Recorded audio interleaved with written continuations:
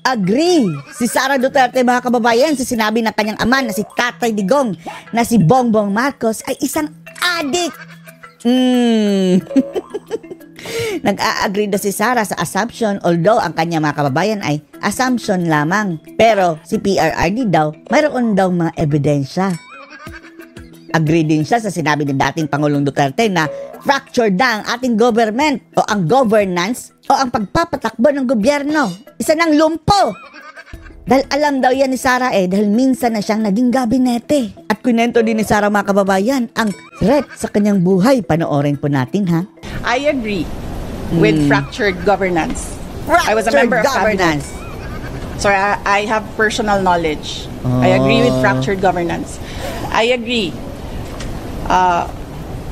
with the assumption that he is a drug addict. Oh, nabangag si Marcos, mga kababayan. Agree si Sara, ha? The assumption na bangag si BBM. Because he continuously refuses to do a drug test. Oo nga.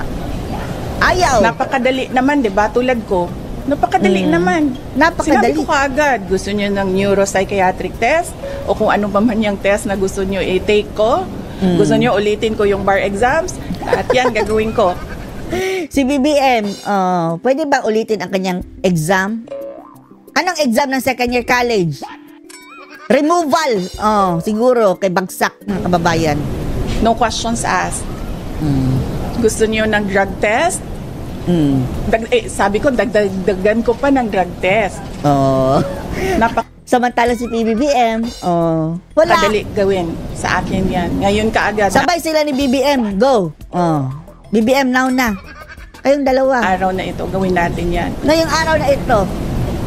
Pero, lahat, sabi ko nga, sisimulan namin sa Office of the Vice President ang drug test, kaming lahat.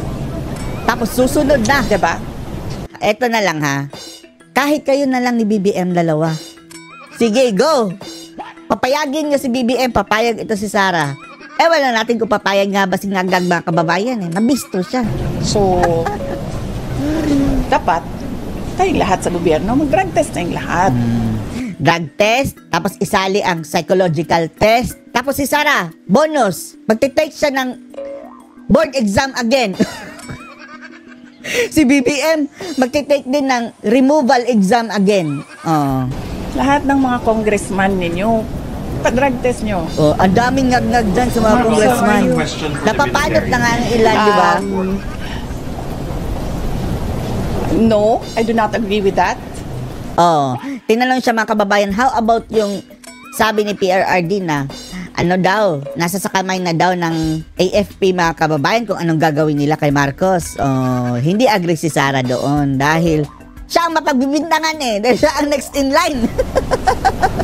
So, as I said, ang gusto lang naman ni Sara, mga kababayan, hindi yan at maging presidente ang gusto lang niya, umayos kayo, mga ungas. I-qualify niyo yung answer ko. I agree.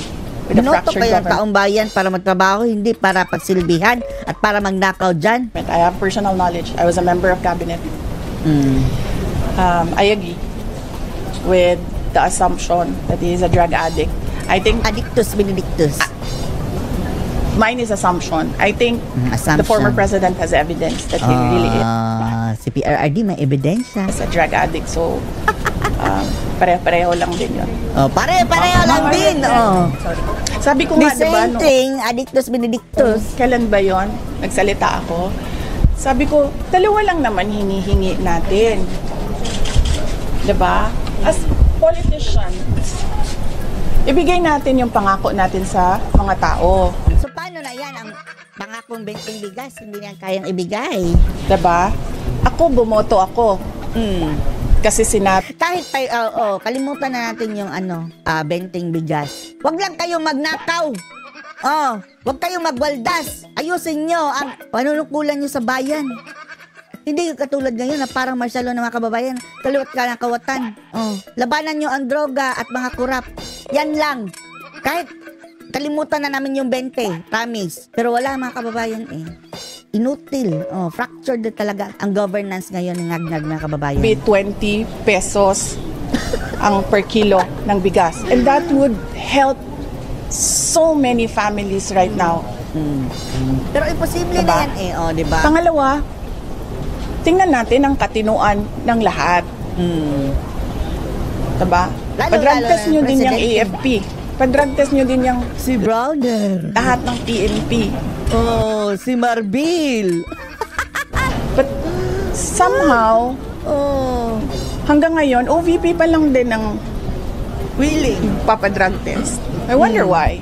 Had there been really an assassination attempt before your birthday daw po ito, ma'am? This is in response to the statement of the Presidential Security Command dated 25 November 2024. Oh, eto mga kababayan ha, in-explain ni Sara Duterte ang threat sa kanya. Oh, isa pa lang ito mga kababayan ha, patikim pa lang. Marami siya listahan mga kababayan, pati na siguro ikikwento niya mga kababayan yung threat nung panahon ng kanyang birthday. The Vice President Security and Protection Group was created and became an armed Patikim pa lang ito ni Sara.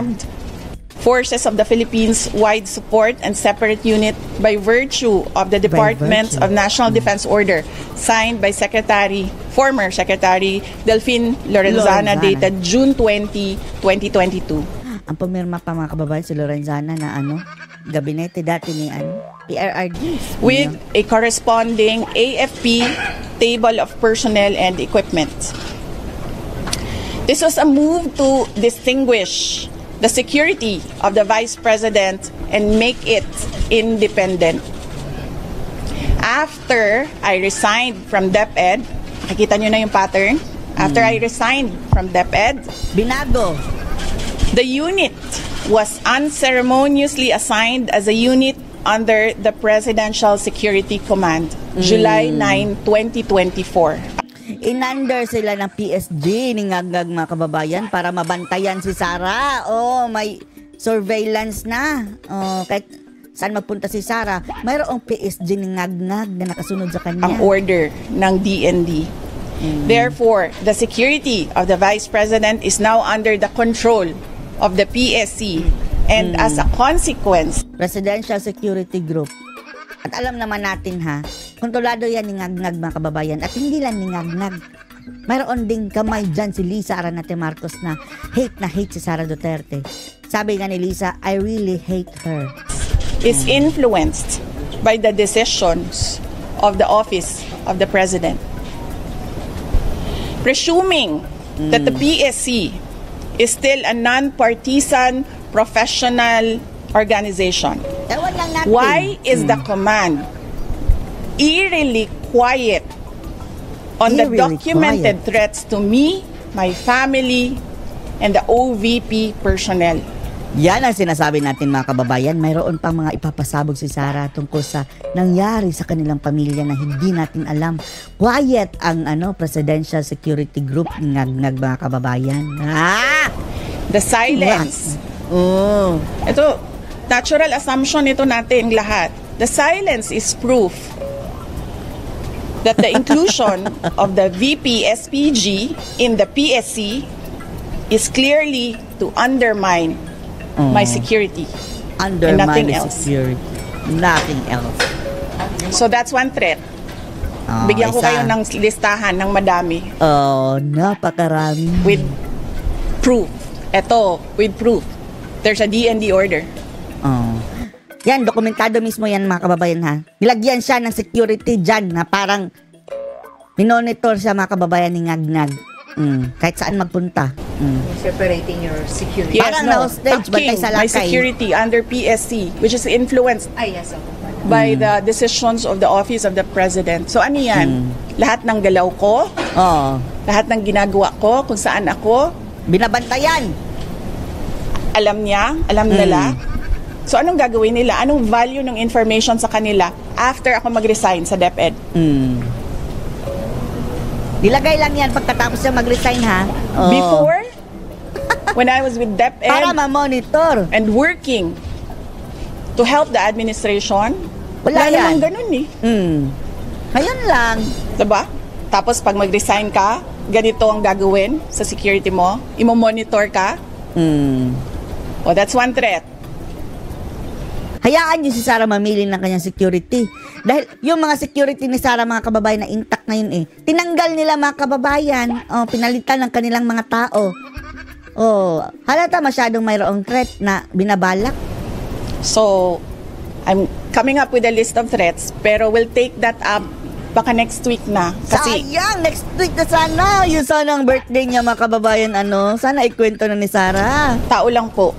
Hindi kaya magsulat ng kayo, mga gagaling kayo, Abogado kasi yan, mga kababayan, dapat talaga, polish talaga na walang asunto ang kanyang mga ilalabas na mga testimony. Please kayo magsulat. To double your security also like the PSC. Double the security, double the guard. Katulad din nga. Hindi ko na ini-expect yan, ma'am, sa PSC. And hindi ko rin tatanggapin, ma'am, at this point, kung Mga bantay magdadagdag sa sila lakay ng na mga kababayan. tao dito. Kasi hindi na natin alam kung non-partisan ba yung Well, not necessarily idadagdag nila. Not necessarily coming from PSC. No, I don't trust anyone right now. So yes. Even if PSC acts on what I said, no, I will not accept it anymore. That is what I did with PNP. Hindi na. Kasi hindi na natin alam eh. Baka igagawin pa yan nilang rason na maglagay ng mga tao dyan na nagtatrabaho para sa kanila. At isa din sa rason, mga kababayan, na tinanggalan siya ng confidential fund ay para ma-lessen ang kanyang security. Ano masasabi nyo dito, mga kababayan? Post your comments below.